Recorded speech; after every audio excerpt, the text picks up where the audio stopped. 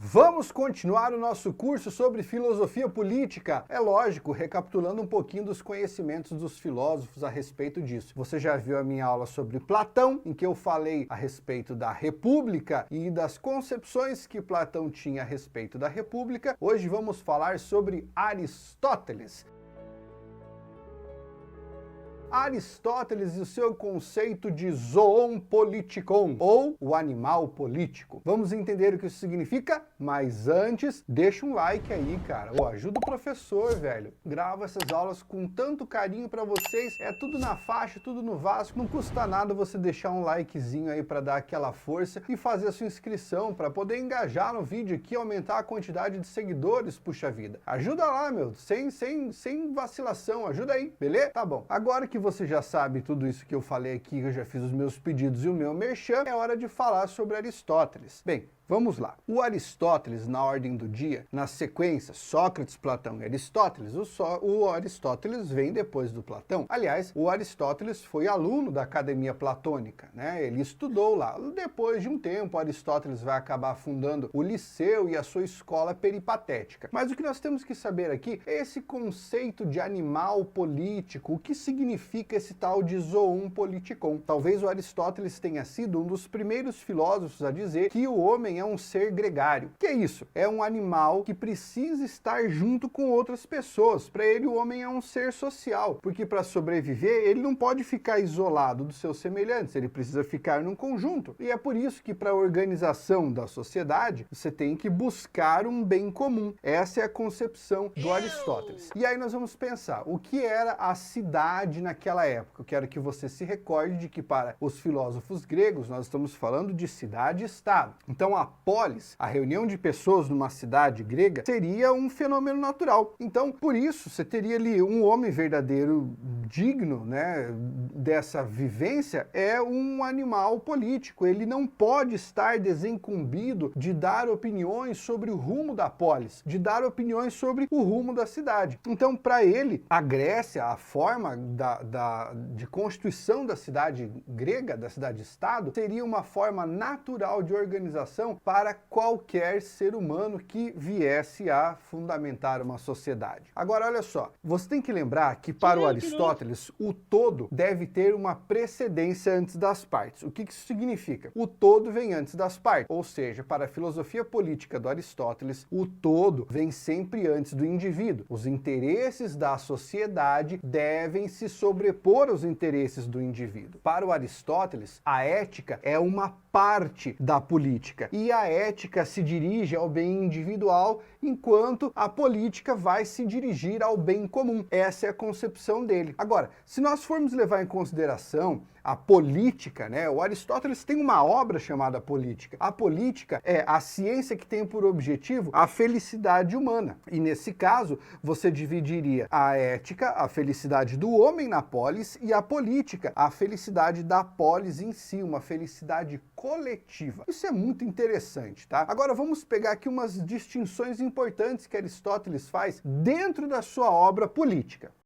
O Aristóteles faz uma diferença entre natureza de escravo e escravidão. Pela primeira vez, ele se refere aos homens que não pertencem a si próprios, ou seja, não têm propósitos e finalidades próprias, de modo que buscam servir aos propósitos do outro. O sujeito em questão, portanto, encontra propósito servindo como instrumento às finalidades alheias. Já a escravidão é a apropriação dos homens vencidos na guerra, por meio da força e da violência, para submeter os vencidos aos seus desejos e caprichos de modo coercitivo, fazendo força. Havia na Grécia da época de Aristóteles uma lei, segundo a qual todo homem vencido na guerra tornava-se propriedade do vencedor. Aristóteles também concebeu, assim como Platão, várias formas de organização do Estado, o que seriam as versões do Estado, como monarquia, né, a oligarquia, a tirania, que seria uma forma desvirtuada de constituição do Estado, a democracia, mas para Aristóteles a principal forma seria a politeia, que numa versão latina seria alguma coisa como a república, certo? E o que seria a politeia? Seria uma forma de governo que reuniria tanto aspectos da aristocracia quanto da democracia. A politeia teria o aspecto aristocrático, do qual os governantes estariam no poder por mérito, mas Aristóteles considerava que, no geral, quem eram as pessoas mais virtuosas eram os ricos, pois teriam melhores condições, e dessa forma também haveria um aspecto da oligarquia e também teria o aspecto da liberdade da democracia. Com esses aspectos, a politeia seria o verdadeiro Estado, e essa seria a melhor forma de governo, segundo Aristóteles. Outra coisa interessante é que o Aristóteles tinha uma visão muito peculiar sobre a democracia. Platão também tinha. E por que isso acontecia? Você tem que lembrar que a proposição da democracia era o governo do povo, o poder pelo povo. Mas não era qualquer povo. Você sabe que dependia de você ser liberto, ser cidadão ateniense e mais uma série de questões. Por aqui vão 4 formas da democracia, 4 tipos da democracia que o Aristóteles propôs. Veja se isso tem alguma coisa a ver com os nossos dias de hoje.